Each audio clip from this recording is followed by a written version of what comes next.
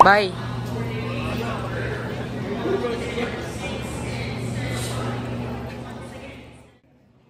Siguro yung iba umay na sa plane and airport. But me, one thing's for sure, I will never get tired of it. See the hashtag? I'll create a page. Please like and support the links. Pilot in Command Justin Mola, First Officer Mark Miradora, and the rest of the It's already 2 a.m. and touchdown Taiwan. In fairness, hindi delayed yung flight kaya on time din kami nakalapag dito. One more immigration and then pwede na mag-post sa SOCMED. Pagpasok, ito yung bumungad sa amin. To be honest, hindi naman ako thirsty.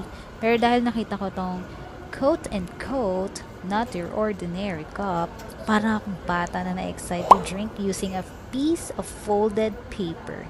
Amazeballs, right? Yun nga lang, hindi ko maalala kung meron din bang ganito sa ibang bansa na napuntahan ko.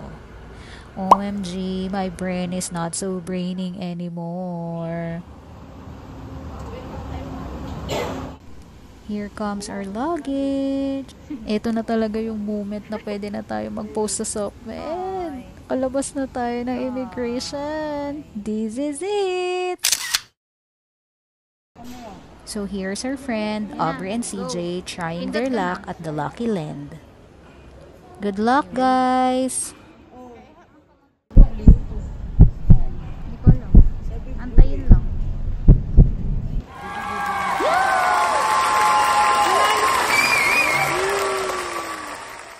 Paglabas mo ng immigration at nag-turn left ka, ito yung view na makikita mo. Yan, nasa right yung Lucky Land. Just go straight sa dulo, nandun yung entrance papuntang MRT.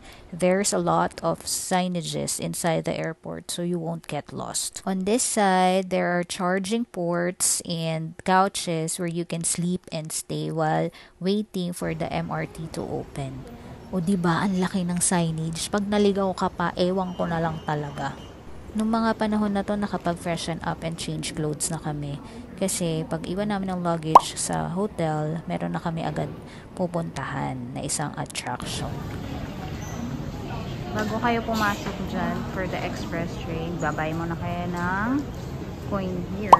Ganyan. Metro. Dito.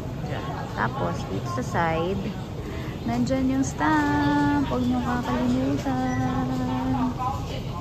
There.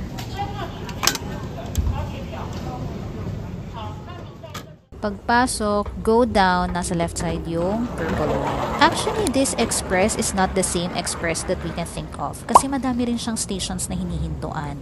And the only travel time difference between the purple and blue line is 20 to 30 minutes, I think. So if you're not in a hurry and wants a cheaper transportation, you might want to consider the blue line or the normal train. Halos same lang naman.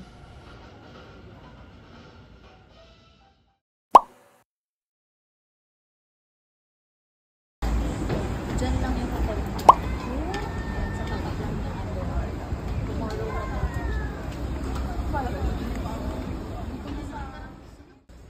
Time check, it's past 7 a.m. and too early to check in, so we just leave our luggage here and time to explore Taiwan.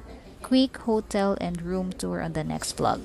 First on the list is this Xing or Sing Fotang, which is famous for their boba milk. So excited to try this kasi napapanood ko lang to sa mga vlog eh. And luckily, it's just a few steps away from our hotel. Kaya inuna na namin to eh, kasi wala pang pila that time. Aga-aga pang diabetes agad ang nais. Char, di naman matamis to. Okay, noted. Edi move on na sa nadukot kong cellphone. Okay, next. After namin maglakad-lakad, nakita namin to. And based sa menu, ang tawag sa kanya ay flaky scallion pancake. Nothing special. Original yung in-order namin para safe.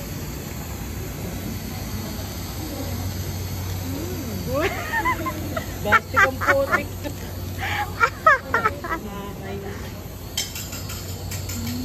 Wala pa. Kainin mo muna bago sabihin. Taste test. Yan, spot.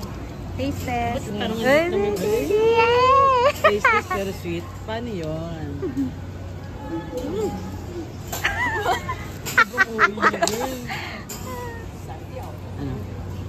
Sarap. Sarap naman. Ikaw. Sarap. Yan. Yan.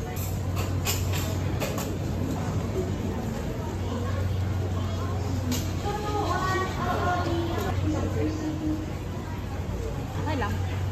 Sak lang. Okay, pumunta na tayo sa ibang dimensyon ng Taiwan. So, nakita lang namin to si Lolo habang naglalakad kami pa-exit dun sa first attraction na pupuntahan namin. Ang galing lang. At dahil dyan, Lolo, meron kang coin sa akin. Or sa amin pala.